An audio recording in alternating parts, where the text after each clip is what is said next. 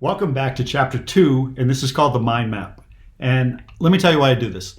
I've been professionally working with numbers for a long time, like 36 years or so, and I can look at somebody's budget sheet like this, and just from looking at the numbers, I can get a pretty good idea where things are going. I can kind of visualize what's going on.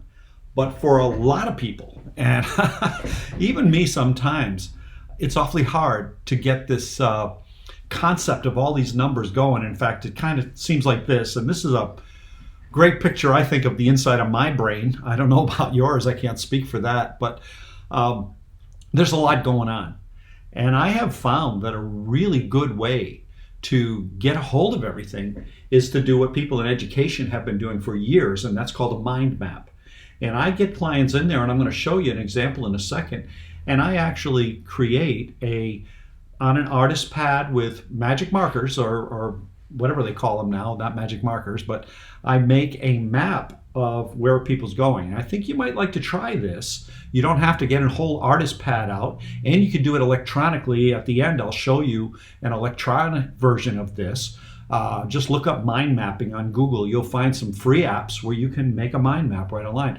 But let me give you a quick example of how I do this. And pretty much with every client that comes in, whether we do it virtually with one of those electronic versions of a mind map, or if we do it with pen and paper, we try to get this concept in just because it helps to get a handle on things. And a lot of times what I'll do is I'll make a mind map with a client, and we'll sort of do an intake, and then they'll go home and I'll go for a bike ride. And while I'm on that ride, I let my brain do what brains do, and that is go through all the facts and figures.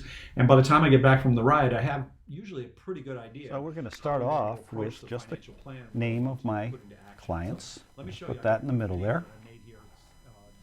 And we're going to call this Ced and Liz. And so now all we're going to try to do is get a sense of where they are in terms of money going out and money coming in. Now they're getting ready to retire, and the first thing we've noticed is that they both have Social Security income. So we're just going to list this over here, and it works out to be about $2,100 for Ced and about $2,400 for Liz. So we know we've got $4,500 a month coming in of Social Security. So I just make a little box around that, and that's our first income. In addition, we have a pension coming in. And Ced was lucky enough to have a pension that's going to pay him about $3,500 a month. So we just get that in there. Now we know between the two, we've got, $8,000 a month of income. See? So it's that simple. I mean, it's just, and then we want to do, I like to use red, not because it's Christmas, but because red means money going out. And we know they still have a mortgage. That's $2,100 a month. And they also, their preliminary retirement budget, besides the mortgage, is about another $3,000 a month. So that's expenses. So altogether, they've got about $5,100 in money that at least they're planning to have go out.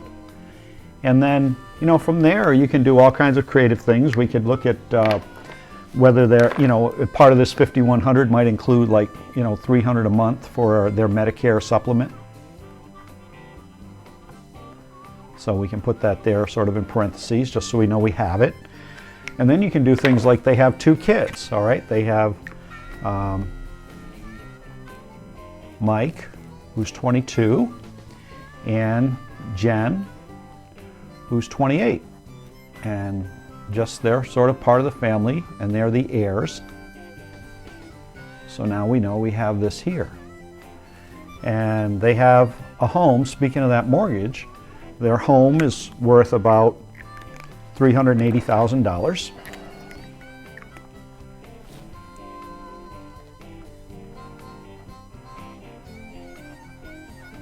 And of that, the equity is about 280. So they have about 100,000 left on this mortgage down here. So we'll just connect that box, and so on. So all we're doing with this thing is just trying to get a picture of where we are. Sometimes we like to put in that you know, their goals in retirement. What they want to do is they want to see Europe, and they want to do some volunteer work. And Sed wants to write a book. So we just have these over here just so that we can kind of plan on them. So when we do our financial planning, we can have some goals to aim for, and we put those in there.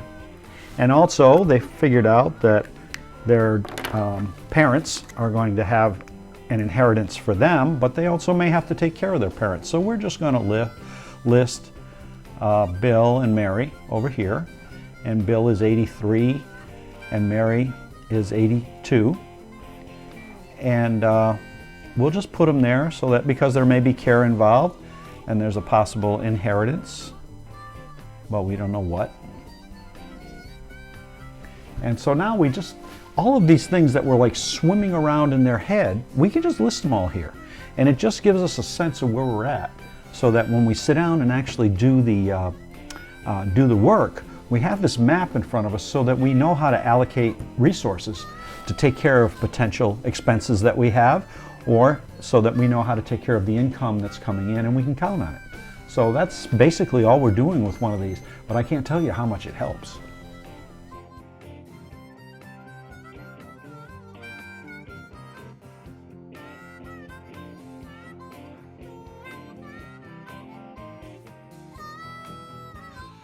So here's what one of the electronic versions looks like, and this is actually taken from someone who we worked with. We changed the names to protect the innocent, but we get a sense of where they are, and it's just a way to kind of grasp everything mentally, and then we get a sense from looking at it how everything flows together, what's connected and what's not connected, and you might want to give it a try. So if you're thinking of retiring and you're feeling a little overwhelmed by the numbers, try making a mind map. I think you might find that it will work for you just as well as it's worked for me and a lot of my clients throughout the years.